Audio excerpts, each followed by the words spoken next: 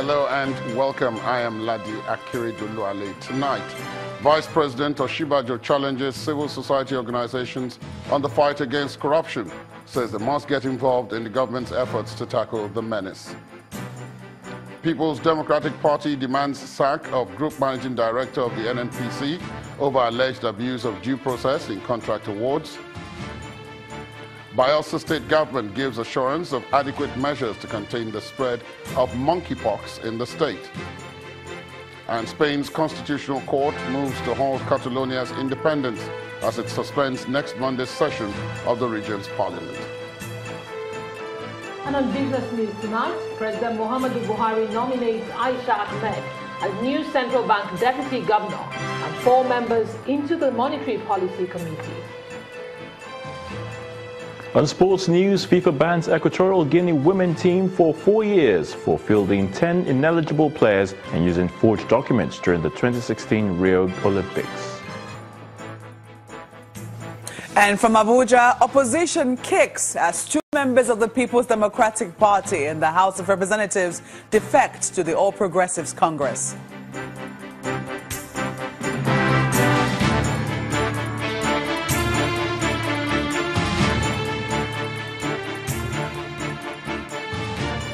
Begin in Abuja, where the Vice President today raised concerns over the damage corruption has done to the fabric of the country. Vice President Yemi Osinbajo is challenging civil society organizations not to be silent but actively participate in the campaign against corruption in Nigeria. He was speaking during a meeting with civil society activists who took him up on issues surrounding the economy, security, the anti-corruption war, and the rule of law. He expressed optimism that the Buhari government will fight corruption head-on.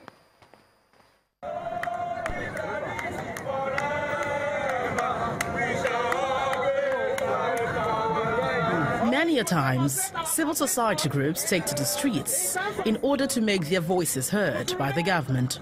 And indeed, the federal government has now taken steps to show that it is ready to listen as the Vice President, Professor Yemi Osinbajo, meet face-to-face with some activists.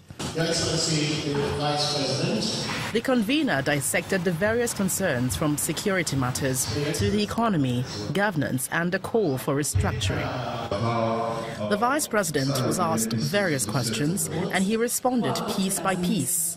I don't think civil society has shown the outrage that one expects or the consistency in tracking these issues. I don't think that. People come to me and say, how come there's been no conviction? How come there's been... Where are the campaigns? Where are those who are saying, call these guys out? Make sure that these guys are not able to spend their ill-gotten wealth. Make sure that these guys who have been named and shamed remain named and shamed. I don't see that outrage, and I think it's an important issue because this is, in my view, the most important problem that this country has. People talk about all manner of things. People say, oh, look, once we restructure, everything will be fine. But if we get the best restructuring arrangement and we still tolerate the levels of corruption that we're tolerating, I don't see how we're going to make much progress. He also spoke, among other issues, on marginalization and the 2018 budget, which he maintains would be submitted in a few weeks. Is it possible to have a budget sent in good time? Yes, it is. And I think I've also pointed out that we are sending this one in October because we want to start in January to December. But sending the budget in good time, as I pointed out, this is the end of the matter. As a matter of fact, it's only the beginning. After over an hour in a no-holds-barred dialogue, the rights activists aired their thoughts. So that what the dialogue has done for me, that the problems that actually affect people in their daily life are also being addressed by the government, not necessarily to our satisfaction. For example, when the Vice President responded to the question about the budget and government not acting fast enough by telling us that the budget is going to be presented in October for implementation on the 1st of January, and we're on the 5th of October, I don't think actually October was even a very ambitious target. I think that the serious government would have had that budget out in August or September. New lines of support and commitments have arisen from this session alone, to include a promise to ensure transparency in the handling of federal government contracts. Gloria Umezuke, Channels Television News. Meanwhile, the Vice President has also promised that the report of the investigation into allegations of corruption against the suspended Secretary to the Government of the Federation, Babachir Lawal, will not be swept under the carpet. Vice President Osinbajo, who fielded questions from Channels Television's political correspondent, Shehu Okibaloye, after the dialogue with the CSOs, however, admitted that the conviction of corruption culprits has not been encouraging. Your committee submitted a report to the president on the suspended SGM and the DG of NI. How soon are we expecting that report to be implemented? Well, I expect very soon. I expect very, very soon. I mean, of course, as you know, as soon as the president came, he's hit the ground running with so many different activities. So I expect that as soon as possible. A lot of Nigerians are anxious on that report. What exactly do you think? Did that report indict the suspended SGF? Of course, you don't expect me to say any such thing. I mean, of course, you're going to say anything like that. Otherwise, you might as well release the report. On the issue of corruption, in the 2 years of the life of this government, would you say anti-corruption was successful? Well, yes, I think that by and large, in the first place, we have shown that we will identify corrupt activity, we'll identify it, we will investigate it, we will bring people to trial. Now, that has been very likely successful, as you can see for yourself. I mean, the sheer number of recoveries, the sheer number of people who have been arrested, who are being prosecuted. Now, convictions have not moved at the same pace as we expect. But these are institutional difficulties. And just recently, you noticed that the Chief Justice of Nigeria has said that he's going to introduce in all of the courts, and he's asked the courts to nominate persons so that we can have special courts or specialized courts for corruption. So we expect that will move things along very quickly. But there are institutional issues around trying to ensure that people who are prosecuted are actually convicted. And you must also cooperate, and the entire society must cooperate in not just naming and shaming people, but ensuring that we keep up that we keep up the campaign. Vice President Yemi Osinbajo.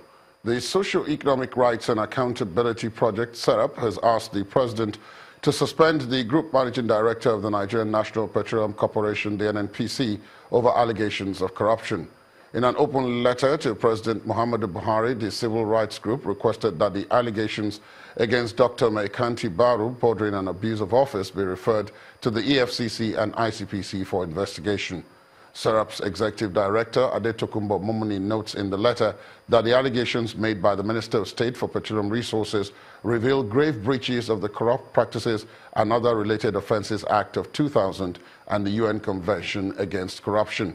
The letter reads in part, quote, SERAP is concerned that years of systemic corruption within the NNPC and looting of Nigeria's natural resources have had uneven consequences against the vulnerable groups of the society, including the poor, women, and children. If left unaddressed, the allegations by Dr. Ibe Kachiku have the potential of undermining your government's expressed commitment to returning Nigeria to the path of transparency and accountability. The Senate on Wednesday set up an ad hoc committee to investigate the allegations leveled against the NNPC GMD in a leaked letter from Dr. Kachiku to the president.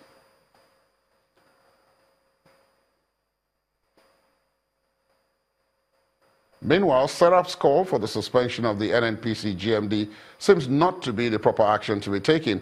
That's according to the People's Democratic Party, the PDP, which is acting for an outright sack of the NNPC boss.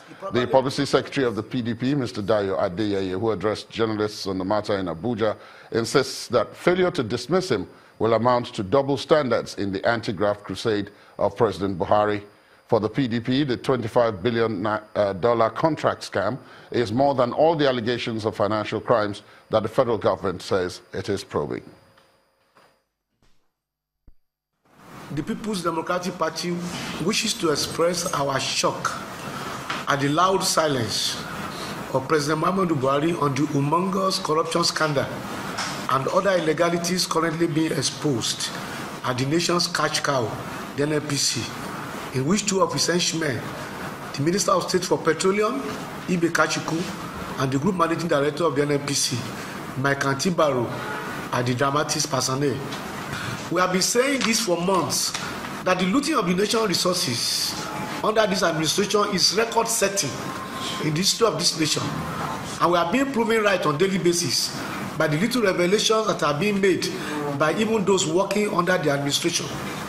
We wonder what this time will be like when the real and hidden atrocities being perpetrated under the watch of President Buhari are finally exposed when Nigerians throw the APC government out of power in 2019. We view the allegation leveled against Baru by Kashuku as too grave to be swept under the carpet. And we insist that NNPC GMD must be treated like an accused who should not have the opportunity to influence investigation into his alleged misdeeds. In this light, we demand an immediate suspension of the NNPC GMD so that proper investigation can be carried out by the relevant anti-corruption agencies. Ordinarily, if there was sincerity in the anti-corruption war, President Muhammadu Buhari should not have waited for any prompting before he takes a decisive action on this matter. There is no pending request in the Senate for an approval of external borrowing by the federal government. And that's coming from the Senate President, Bukola Saraki, as the upper chamber deliberated on a report examining the level of implementation of the 2017 budget. Our correspondent, Linda Hibe, reports. There are no pending requests from Mr. President or when he was away acting president on external loans, just for clarification. Senate President Bukola Saraki setting the record straight as regards the request made by the executive for approval for external borrowing. The clarification is in response to comments by the Minister of Finance, Mrs. Kemi Adeosun, at the Tuesday, October 3rd meeting with the Senate committees, where she explained that the executive is waiting for approval from the National Assembly to borrow money to finance part of the 2017 capital budget. The Finance Minister was explaining the reason for what the committee described as a subpar implementation of the 2017 budget. We look into the details of the chairman of the Senate Appropriations Committee gives an overview of the outcome of the meeting with the ministers, as well as the recommendations of the committee going forward.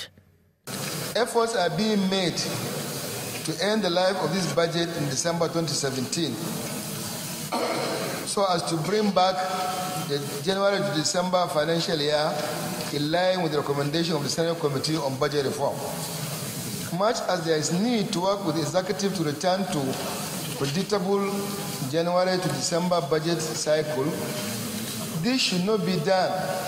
This should be done, rather, without sacrificing up to 60% of our full-year capital budget in one full swoop.